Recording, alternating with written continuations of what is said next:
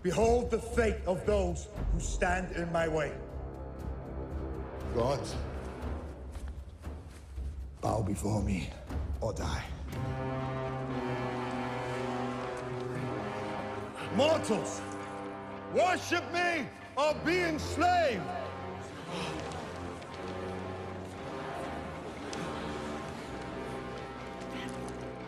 Welcome back. Today we're looking at the Knights of the Toxic God and the Toxic God itself. Yes, that's right. If you don't want any spoilers into the Knights of the Toxic God and how it ends, you need to stop this stream now, because they will be showing the Toxic God just a little bit later on.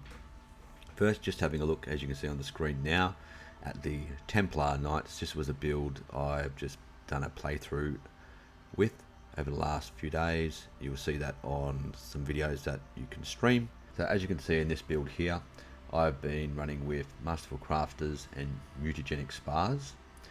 Masterful Crafters is a powerful civic. It's very powerful, probably overpowered. I'm sure Paradox will change it in the future, but it is very good to use. Mutagenic Spars, as it does give us that 1% population growth per worker per industrial district, and above attendant you get 2 per mutagenic spars, so it's really 2% per industrial district. You also get the minus 5.5% industrial district and 0.5% habitability, so you need to be able to manage that, and that is one of the reasons why I'm also running adaptive, to give you that plus 10% habitability. So effectively that should enable you to run at least 20 districts, or in this case 10 districts with 2 workers. On top of that, we're running aquatic, which gives us the extra ocean habitability for ocean worlds, to give us those nice bonuses with extra resources at the start there, extra 10% for food, minerals and energy. Incubators to give us that 30% growth early on when your colonies are small, and that will decline over time as your colonies grow, and eventually as you're a large colony it will be minus 10%, which by then you would have overcome that with techs and other traits and genetic engineering and stuff if you're playing that sort of a style. So adaptability, we've got running unruly, empire size, that seems to be a pretty standard one to put in. Slow learners, put slow learners in because I just think that's a trait which offers the least negatives for your empire. We can get around leader experience pretty quickly. There's some techs you can get to boost up leader experience, so it's not much of a problem. Xenophobe, so we get extra population growth, star-based influence. Militarist, just in case you want to be a more aggressive, expansive empire. Spiritualist, so you can get the chance of psychic or psionic and reduce the monthly unity edict costs along those lines. Now what you could do here as well, instead of running, maybe you could either drop militarist or spiritualist depending on what you want to do. You could go, let's say drop militarist and let's run with fanatic xenophobe. That gives you plus 20% population growth speed and minus 40% for your star-based costs. So as this race, you do start economically poor at the beginning of the game, so anything you can do to boost your population growth with, say, fanatic xenophobe, to give it 20% growth, will really work well with the incubators, mutagenic spars, as you start to expand your population growth. So you can play around with these settings for whatever suits your style of gameplay. You can even change the ocean world, drop aquatics and go whatever you prefer.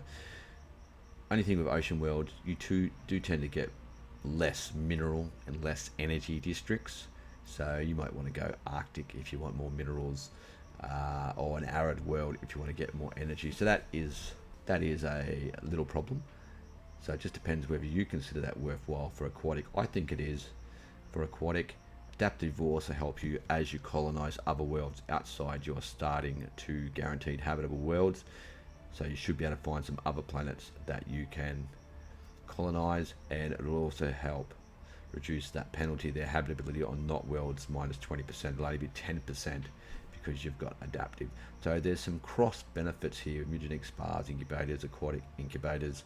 Adaptive will work well to offset some of the aquatic. So you can see there's some multipliers here which help each other. Okay, earlier on in the game you'll see straight away that you do start with 1 world and 1 habitat. On the habitat, you will see we start with the Orders Keep. Now the Orders Keep gives you access to 1 night per 10 pops. That's the main capability of this building, and this is unique to this habitat, and you can't build this building, at least not until you finish the whole chain at least, but that's for later. You can see here nights give you research, and at the start the research is quite low, but that will quickly grow, and you'll see some screenshots shortly to show that. So you do want to increase your population as quickly as you can to 10 or more. You want to try and get the technologies to increase to your advanced habitat size so you can get some more districts. This will enable you to grow your population of the planet. I would recommend that you build more research buildings on your habitat. So try and fill out these districts. Go for research buildings, which will increase the efficiency of your research, assist research with a science ship, because those knights are really going to boost your research capability for your empire. Another thing to notice in your game is you will start off with a planet, should be in your home system, with 6 energy and 3 alloys. This is very important for the start of the game because your economy is so poor. So you need to be able to support your poorer economy due to the starting conditions of the Knights of the Toxic God. Now, in my case, this system didn't spawn at the start of the game. It appeared a period of time after I started, and it was in the system south or adjacent to my starting system, which was here. Now, I have heard from other players that in one of 3 or every 4 games, this doesn't spawn in your home system. That is a bug. It should spawn in your home system, but do look in your nearby systems because it will most likely have spawned there a short time after you start the game. Quest for the Toxic God. Funding levels, you can have regular, which will give you a 0.5 as you're getting 0.1 from night jobs and 0.4 base. This will increase with the number of knights you employ. So if you raise the population on that habitat, gain more knights, then your research of this quest will increase at a rapid rate, and I'll show you that shortly. You can also increase the generous funding, which will increase this by a significant amount, which is why you need this to be able to fund this, and that'll help you get through this quest at a faster rate. Now you can see here this habitat's been expanded, hasn't yet reached its full potential. See here I can still upgrade this habitat further to the advanced habitat, so it just depends when you actually get the tech for that to happen. So I can get some more districts here and some more jobs. I haven't filled this out with full research in this game at the present, but you can do that. I was doing a more role-playing game. As you can see, as you increase the populations, I've now got 7 knights, and look at the production there. It's 36 each night at this stage, and they're producing nice unity.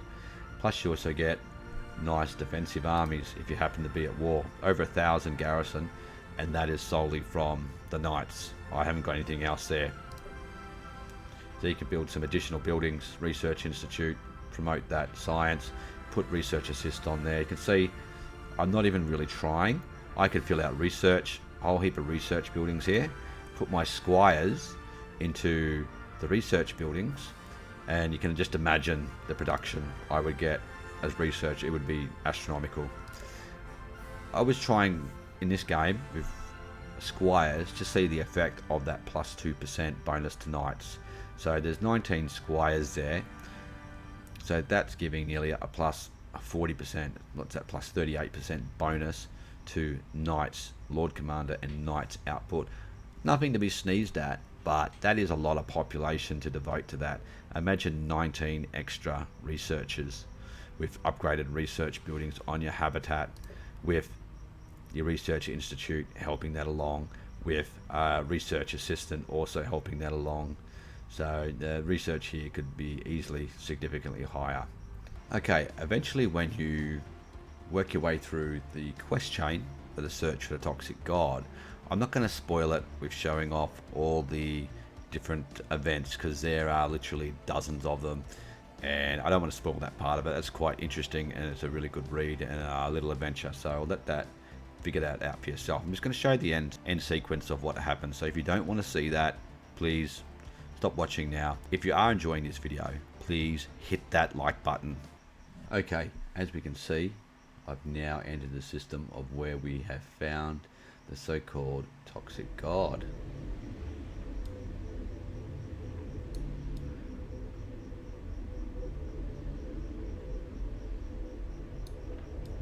Tentacles out the back. It looks to me like a mix between a crab and a squid or octopus with these tentacles.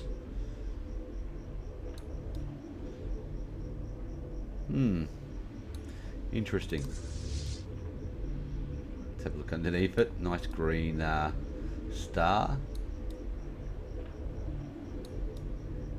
Very nice. Okay, now these are the weapons of the toxic god. This is a powerful Leviathan. You can see here we've got a Toxify. This is a planet killing component. These are the attack swarms, the strike craft. You can see there the 100% shield penetration and 60% armor penetration. So nearly all their damage is going straight through to your hull. Then you have the Venom's Beam, 50% shield penetration, 100% hull penetration. So the only thing there protects you is shields. Then you've got Toxic God Spit, 100% shield penetration, 100% armor penetration. So these go straight through to your hull and do a lot of damage quite quickly. So you will need a reasonable sized fleet to destroy them. Then you've got Toxic God Defense Swarm, point defense energy, range 250, so it's got very good range. In fact, that's across probably most of the system. Fast cooldown, good damage rate, so you're not going to be able to destroy this thing with probably strike craft or any type of missiles, anything to be intercepted. That's a lot of point defense and rapid firing, so you're going to need a lot of kinetic energy weapons. Regenerative hull tissue, you can see there the regen is 0.2% and 0.5% armor regen, and there's 3 of them that stack. So it's got quite heavy shields, quite heavy hull points, so that's quite a powerful Leviathan. You can move quite quickly. Combat computers are set to artillery, biopropulsion, biosensors. Interesting. Okay, once you destroy the toxic god, or you defeat it in battle is more the correct terminology, you'll get 2 options, and we will explore both options. So the toxic god is defeated and lays at our mercy. Analysis revealed that while the chemical composition of its secretions is close to what can be found on our homeworld, it is not exactly the same. It is an offspring of the true god. Could there be others, or was this merely a beast of the void? Whatever the truth, our scientists speculate it could be nurtured back to health. We could have the thing at our beck and call. So 2 options. Toxic god, smite our enemies. So this is where we take control of the toxic god, and it becomes a colossus that can toxify worlds. But this will end the Knights of the Toxic God events chain, and the Knights will eventually leave the order. So you will lose a lot of your science capability if you take this option. So you'll need to have other science generation capability, which you should have by this stage of the game. You should be able to rapidly develop on other planets, but that is something to consider. Plus your unity. This god, this is no god, slayeth. So if you take this, we'll explore that option in a little bit. So let's explore the first option. So as we can see here, the toxic god is charging its weapon. Here we go, toxifying.